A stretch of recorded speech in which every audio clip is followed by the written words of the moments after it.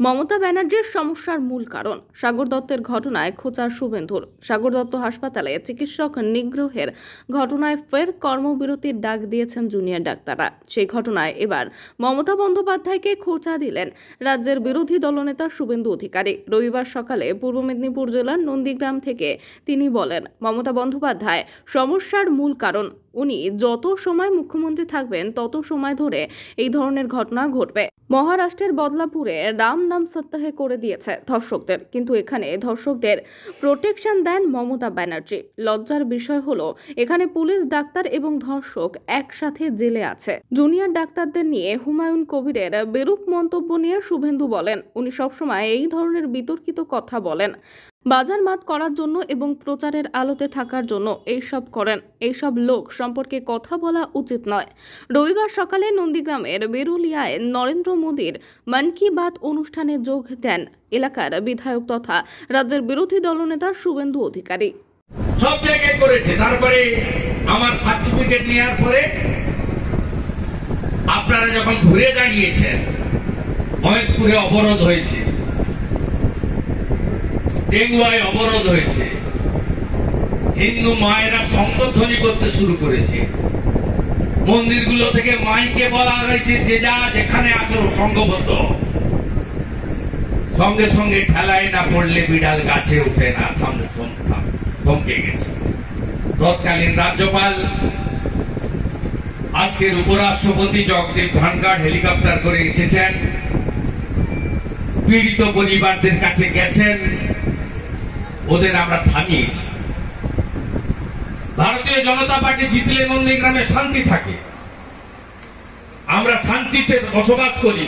আমরা সব রাজনৈতিক দল থাকবে, সবার প্রতিযোগিতা থাকবে, মানুষ সবার কথা শুনে একজনকে জেতাবে, বাকিরা হারবে। এই যে নিয়ম নীতি গণতন্ত্রে, এটা আমরা মেনটেন করি।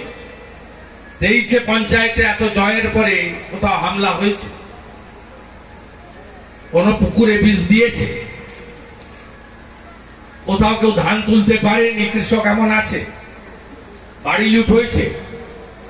মহিলাদের উপর অত্যাচার হয়েছে?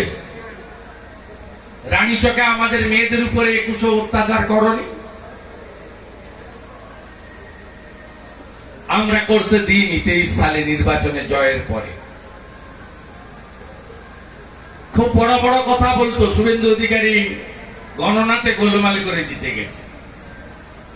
এবার এটি হলো 2021 সালে শতকরা 65 জন হিন্দু আমাকে ভোট দিয়েছিল, শতকরা 99 জন মুসলমান মমতাকে ভোট দিয়েছিল। আমি 1956 ভোটে জিতেছি। এবারে 70 ভাগ হিন্দু এক হয়ে পদ্ম ফুলে ভোট দিয়েছে। আমরা অভিজিৎ গাঙ্গুলিকে 8200 ভোটে নন্দীগ্রাম থেকে এগিয়ে রেখেছি, 4 গুণ ভোট বেড়েছে। আমার কোন অন্য ধর্মের লোকের উপরে কোনো অশ্রদ্ধা নেই, কারণ আমরা স্বামী বিবেকানন্দের শিষ্য। নিজ ধর্মের প্রতি আস্থা রাখি, অপর ধর্মের প্রতি শ্রদ্ধা রাখি। কিন্তু আপনি মুসলিম ভোট পাবেন না, এতদূর পর্যন্ত দিলেও দিবে না, যতই বলুন না কেন দেবে না। এখন ডাকুন, চলে আসবে, এমএলএ আছে, পঞ্চায়েত আছে। ভোটের আগের দিন বলবে আপনারা তো হিন্দুদের পার্টি। তাই আমরা যখন হিন্দুদের পার্টি হয়ে গেছি, তখন হিন্দু ভোটটা বাড়াতে হবে, তাই তো? এখনো কিছু হিন্দু তৃণমূলকে ভোট দেয়, তো সেগুলোকে আনতে হবে। তো 2-4টে ভোট সিপিএম ও চলে যায়।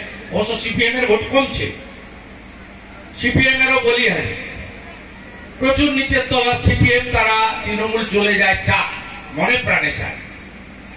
উপরে যারা আছে এরা তৃণমূলের বিটিভি। আপনি দেখবেন, আমি যখন 14 সালে লোকসভায় দাঁড়িয়েছিলাম, আমার বিরুদ্ধে এখানে সিপিএম এর প্রার্থী ছিল ইব্রাহিম আলী। আমি যখন 21-এ দাঁড়ালাম, 16তে বিধানসভায় দাঁড়ালাম, আমার বিরুদ্ধে বামফ্রন্টের প্রার্থী ছিল কবির মোহাম্মদ সাহেব। আর এবারে মমতা ব্যানার্জিকে জেতানোর জন্য সিপিএম মীনাক্ষীকে প্রার্থী করল 21-এ। যাতে হিন্দু ভোটটা কেটে মমতাকে জিতিয়ে দেওয়া যায়। 6200 ভোট পেয়েছে। তারপরে নন্দীগ্রামের বামের ভোটাররা সাবধান হয়ে গেছে, বুঝে নিয়েছে খেলাটা কি। তাই এবারে সায়নকে দাঁড় করিয়েছিল অভিজিৎ গাঙ্গুলিকে হারানোর জন্য, বিজেপিকে হারানোর জন্য। নন্দীগ্রামে ওই 6200 বামফ্রন্টের ভোট নেমে এসছে 3700। বুঝেছেন অঙ্কটা? সবাই বুঝতে পারছে যে এরা দাঁড়াচ্ছে ভোট কেটে শুধু ভাগ। যোগীজি জন্মাষ্টমীর দিন একটা কথা বলেছেন বৃন্দাবনে, হিন্দিতে বলেছেন, আমি বুঝিয়ে দিচ্ছি আপনাদের। বলেছে जो बांटेगा वो काटेगा। বুঝলেন? বাটেগা মানে ভাগ। ভাগ হলে কি হবে? বাংলাদেশ হবে। 5ই আগস্টের পরে 596টা মন্দির ভেঙেছে, 250 হিন্দুকে কেটেছে। রতন মজুমদার সরকারি কর্মচারী, চাকরি বাঁচানোর জন্য নোটারির কাছে গিয়ে নাম বদল করে হয়েছে মোহাম্মদ শফিউল্লাহ। ইচ্ছা আছে নাকি? ইচ্ছা আছে?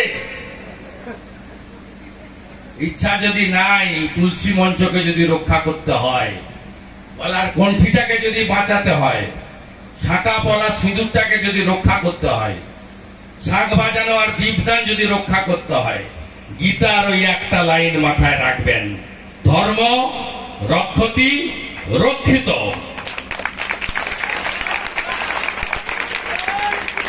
তাই ভাগাভাগি হওয়া যাবে না। কে ব্রাহ্মণ, কে শূদ্র, কে নাপিত, কে ধোপা, কে এসসি, কে ওবিসি, কে কর্মকার, কে স্বর্ণকার, কে মালাকার, কে মাইশ্য, কে চাষি, কে করণ, ভাগ হওয়া যাবে না। তাই তো আমাদের কাজ হবে পার্টির কাজও করা, আর গ্রামে গ্রামে ধর্ম রক্ষা কমিটিও তৈরি করা। পঞ্চায়েতের মাধ্যমে পরিষেবা যেটুকু দেওয়ার আমরা দিচ্ছি, সীমাবদ্ধতা আছে। এখানকার বিডিও বড় তৃণমূল, তিনি ব্লক সভাপতি। কি নির্লজ্জ! ভাবতে পারেন স্বাধীনতা দিবস, তার পতাকা তুলবে বিডিও অফিসে কে? সভানেত্রী, যেই দলেরই হোক। রাজ্যের পতাকা তোলে কে? মুখ্যমন্ত্রী, সে যে দলেরই হোক। পঞ্চায়েত সমিতি বলুন ভাই, আমার আরো কাজ। বহরমপুরে জুনিয়র ডাক্তারদের বিরুদ্ধে বিরূপ মন্তব্য হুমায়ুন কবিরের, তার বিরুদ্ধে এফআইআর করা হয়েছে। তিনি বলছেন যে আমি জামিন নামানো, আমাকে গ্রেফতার করা হোক, আর আমি বেরিয়ে এসে বুঝিয়ে দেবো 50,000 লোক নিয়ে মেডিকেল কলেজ ঘেরাও করে, তখন দেখিয়ে দেবো। উনি সবসময় এই ধরনের বিতর্কিত কথা বলেন। ইউসুফ পাঠানকে যখন মমতা ব্যানার্জি প্রার্থী করেছিল তখনও বলেছিলেন বাজার মাত করার জন্য প্রচারের আলোতা থাকা। এসব লোক সম্পর্কে কথা বলা উচিত না। এইসব লোককে কি করে উল্টো দিকে ঝুলিয়ে সোজা করতে হয় সেটা বিজেপি সরকার এলে করে দেখাবো। অন্যদিকে সব জায়গায় হবে। মমতা ব্যানার্জি হচ্ছে সমস্যার মূল কারণ। মমতা ব্যানার্জি যতক্ষণ মুখ্যমন্ত্রী থাকবে ততক্ষণ এটা হবে। আপনার মহারাষ্ট্রের বদলাপুরে একেবারে রাম নাম সত্যায় করে দিয়েছে ধর্ষককে। আপনার আসামে